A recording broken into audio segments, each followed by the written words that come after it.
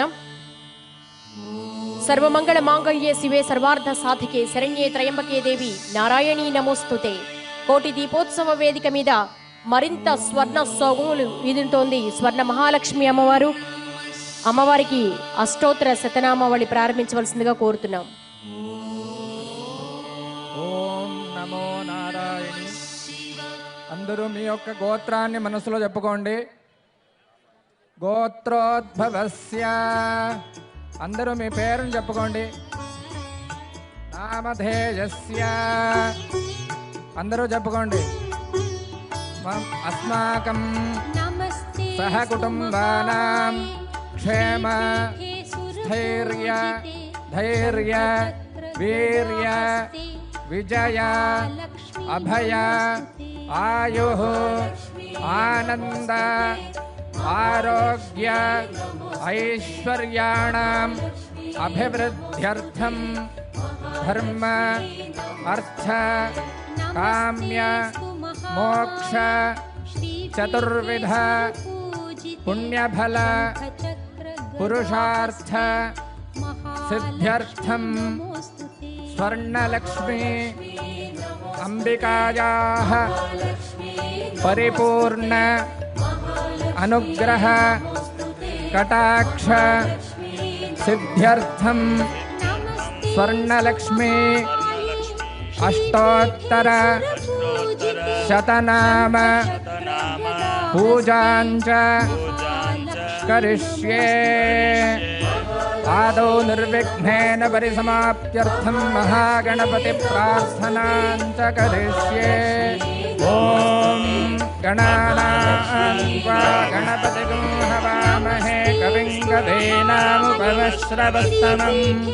జ్యేష్ఠరాజం బ్రహ్మణాం బ్రహ్మణస్పదాన శృణ్వన్నోతి విశ్వేదసాదనం. గణాధిపతయే నమః.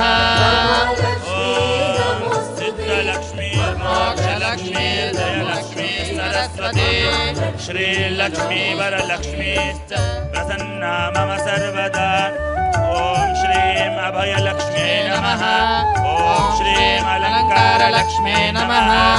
ఓం శ్రీం ఆదిలక్ష్మీ నమః. ఓం శ్రీం సిద్ధలక్ష్మీ నమః. ఓం శ్రీం భక్తిలక్ష్మీ నమః. ఓం శ్రీం వరలక్ష్మీ నమః. ఓం శ్రీం సౌభాగ్యలక్ష్మీ నమః. ఓం శ్రీం వసోలక్ష్మీ నమః. ఓం శ్రీం కామ్యలక్ష్మీ నమః. ఓం శ్రీం గానలక్ష్మీ నమః. ఓం శ్రీం శృంగారలక్ష్మీ నమః. ఓం శ్రీం ధనలక్ష్మీ నమః. ఓం శ్రీం ధాన్యలక్ష్మీ నమః. ఓం శ్రీం అష్టైశ్వర్యలక్ష్మీ నమః.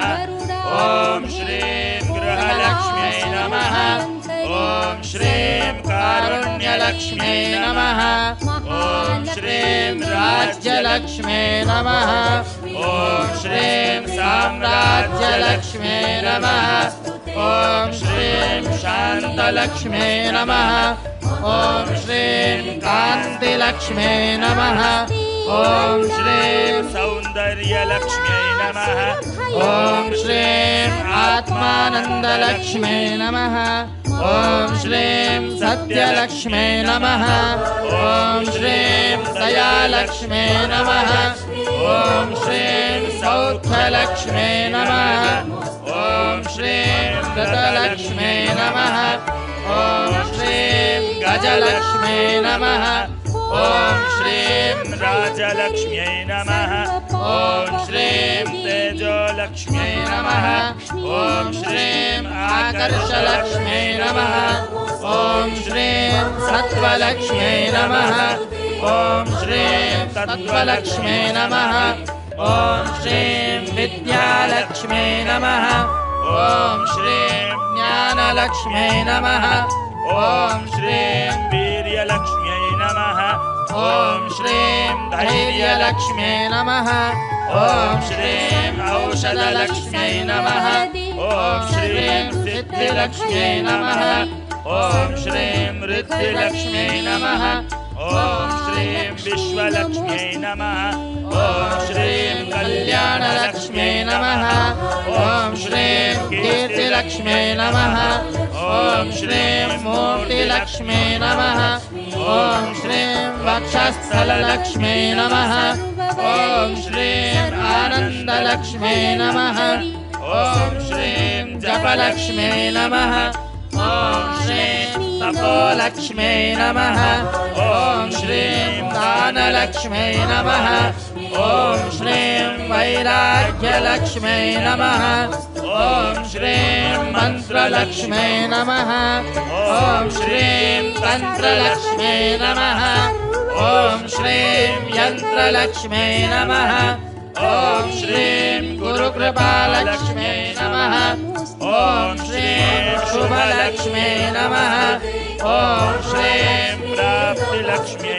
नमः ॐ श्रीं कलालक्ष्म्यै नमः ॐ श्रीं लावण्यलक्ष्म्यै नमः ॐ श्रीं वेदलक्ष्म्यै नमः ॐ श्रीं नादलक्ष्म्यै नमः ॐ श्रीं शास्त्रलक्ष्म्यै नमः ॐ श्रीं वेदान्तलक्ष्म्यै नमः ॐ श्रीं क्षेत्रलक्ष्म्यै नमः ॐ श्रीं तीर्थलक्ष्म्यै नमः ॐ श्रीं मेधालक्ष्म्यै नमः ॐ श्रीं सन्तानलक्ष्म्यै नमः ॐ श्रीं योगलक्ष्म्यै नमः ॐ श्रीं भोगलक्ष्म्यै नमः ॐ श्रीं यज्ञलक्ष्म्यै नमः ॐ श्रीं पुण्यलक्ष्म्यै नमः ॐ श्रीं अन्नलक्ष्म्यै नमः ॐ श्रीं मनोलक्ष्म्यै नमः ॐ श्रीं प्राणलक्ष्म्यै नमः ॐ श्रीं ब्रह्मलक्ष्म्यै नमः ॐ श्रीं धर्मलक्ष्म्यै नमः ॐ श्रीं अर्थलक्ष्म्यै नमः ॐ श्रीं कमललक्ष्म्यै नमः ॐ श्रीं निर्वर्णलक्ष्म्यै नमः ॐ श्रीं पुण्यलक्ष्म्यै नमः ॐ श्रीं क्षेमलक्ष्म्यै नमः ॐ श्रीं श्रद्धालक्ष्म्यै नमः ॐ श्रीं चैतन्यलक्ष्म्यै नमः ॐ श्रीं भूलक्ष्म्यै नमः ॐ श्रीं भुवलक्ष्म्यै नमः ॐ श्रीं स्वरलक्ष्म्यै नमः ॐ श्रीं त्रैलोक्यलक्ष्म्यै नमः ॐ श्रीं महालक्ष्म्यै नमः ॐ श्रीं मङ्गललक्ष्म्यै नमः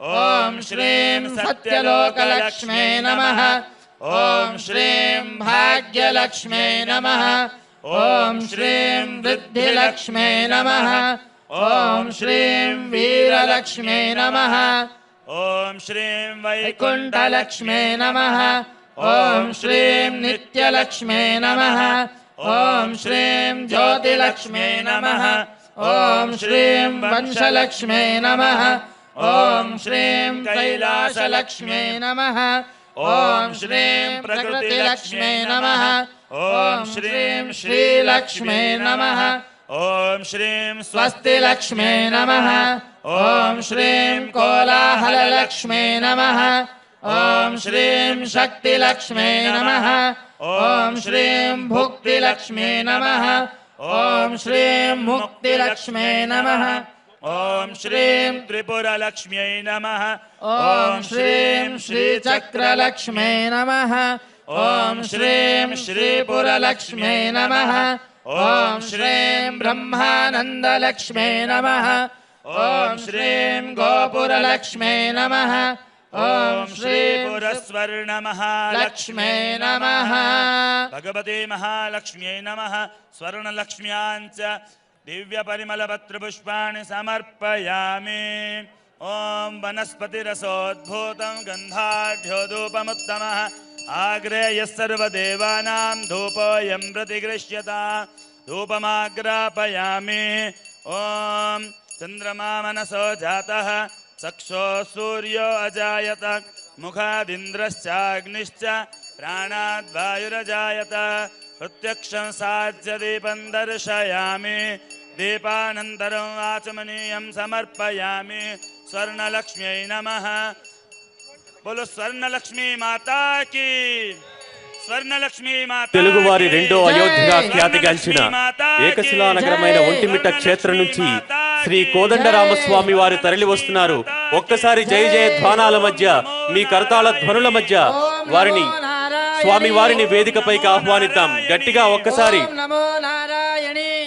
ఒంటిమిట్ట కోదండరామస్వామి వారికి జై, ఒంటిమిట్ట కోదండరామస్వామి వారికి జై, ఒంటిమిట్ట కోదండరామస్వామి వారికి జై. గట్టిగా మీ కరతాళ ధ్వనులు వినిపించాలి. ధనుర్బాణాలు ధరించి సీతా సమేతుడై లక్ష్మణుడితో దర్శనమిస్తున్నారు. ఒకసారి నమస్కరించుకుందాం స్వామి వారికి.